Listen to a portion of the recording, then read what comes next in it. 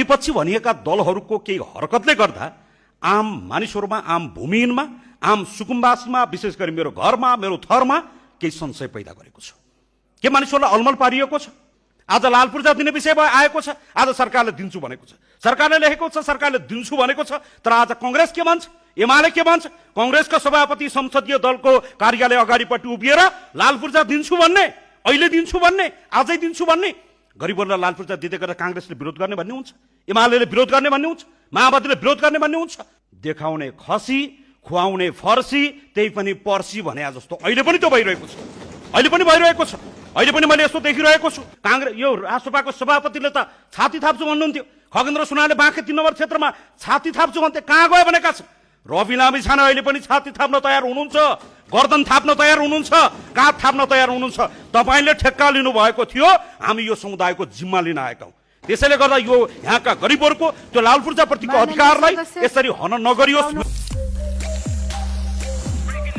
Extreme energy drink सरकारको नीति तथा कार्यक्रममा छलफल हुँदै गर्दा बाँके 3 नम्बर क्षेत्र लगायत देशैभरि ठूलो संख्यामा भूमिहीन सुकुम्बासीहरूको ठूलो समस्या छ।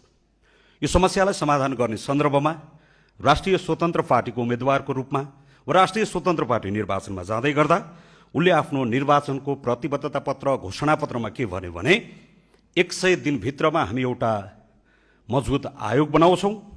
त्यो आयोगले सत्य तथ्य छानबिन गर्छ, सक्कली नक्कली छुट्याउँछ र 1000 दिनभित्रमा सक्कली नक्कलीलाई छुट्याएर सक्कली भूमिहीन सुकुम्बासीहरूलाई भूमि दिने कुरा, लाल पूर्जा दिने कुरा समाधान गर्छ भनेर प्रतिबद्धता गर्यो।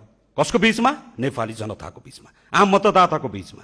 नेपाली जनताले के भने, यो हुन्छ भने, ठीक छ भने लाल मोहर लगाएर भोट दिएर बहुमत दिएर पठाउनु भयो र आज हामी सरकारमा, यो सदनमा यहाँसम्म आइपुगेका छौं।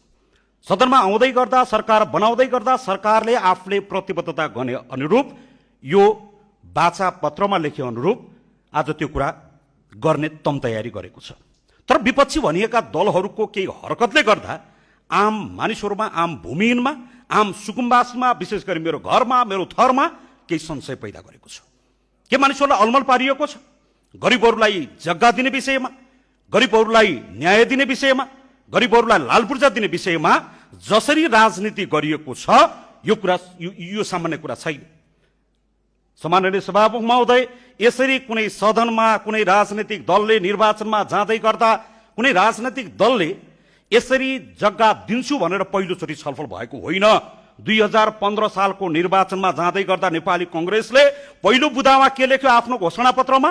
भूमि नभएका किसानलाई, भूमि नभएका दलितलाई, भूमिहीनलाई जग्गा दिइनेछ भन्यो।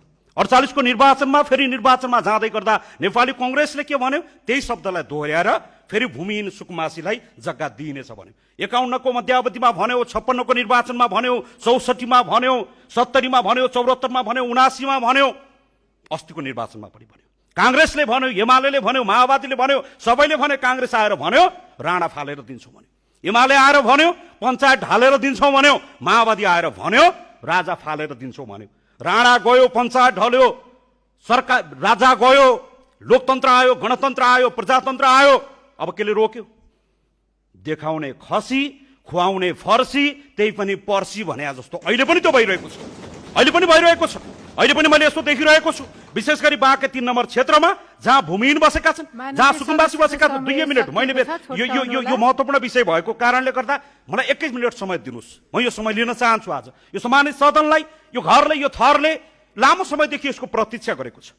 आज लाल पूर्जा दिने विषय आएको छ, आज सरकारले दिन्छु भनेको छ, सरकारले लेखेको छ, सरकारले दिन्छु भनेको छ। तर आज कांग्रेस के भन्छ, एमाले के भन्छ? कांग्रेसका सभापति संसदीय दलको कार्यालय अगाडिपट्टि उभिएर लाल पूर्जा दिन्छु भन्ने, अहिले दिन्छु भन्ने, आजै दिन्छु भन्ने। गरिबहरूलाई लाल पूर्जा दिँदै गर्दा कांग्रेसले विरोध गर्ने भन्ने हुन्छ, एमाले विरोध गर्ने भन्ने हुन्छ, माओवादीले विरोध गर्ने भन्ने हुन्छ। अहिले मानिसहरूले बजारमा यसो कतै कता भुइँया फैलाएको देख्छु। कांग्रेस यो राष्ट्रसभाको सभापतिले त छाती थाप्छु भन्नुहुन्थ्यो, खगेन्द्र सुनाले बाँके 3 नम्बर क्षेत्रमा छाती थाप्छु भन्थे, कहाँ गयो भनेका छन्? रवि लामी छाने अहिले पनि छाती थाप्न तयार हुनुहुन्छ, गर्दन थाप्न तयार हुनुहुन्छ, काँध थाप्न तयार हुनुहुन्छ। तपाईले ठेक्का लिनु भएको थियो, हामी यो समुदायको जिम्मा लिन आएका हौं। त्यसैले गर्दा यो यहाँका गरिबहरूको त्यो लाल पूर्जाप्रतिको अधिकारलाई यसरी हन नगरियोस्। मेरो कुरा टुङ्गाउँदै गर्दा सरकारले आफ्नो वाचा पत्रमा धेरै ठाउँमा लेखेको छ, स्पष्ट रूपमा लेखेको छ, दिन्छु भनेको छ, दिने तयारी पनि गरेको छ। तर यसलाई कहीँ कतै राजनीति गरेर फेरि त्यो मौलिक हकमा उल्लेख गरिएका ती नेपाली जनताका, भूमिहीनका, सुकुम्बासीका ती अधिकारलाई फेरि कहीँ कतैबाट गुमराहमा पार्ने प्रपञ्च गरिन्छ भने राष्ट्रिय स्वतन्त्र पार्टीलाई, यहाँका भूमिहीन, दलित, गरिबहरूलाई यो कुरा स्वीकार्य छैन। म यो कुरा तपाईँको बीचमा राख्न चाहन्छु। हामी काँध हाल्न तयार छौँ, हामी यसको जिम्मा लिन तयार छौँ। यति कुरा हामी तपाईँको बीचमा राख्न चाहन्छु र यो अवसर दिनुभयो यसको लागि सम्मानित सदनलाई हृदयदेखि नै आभार प्रकट गर्न चाहन्छु।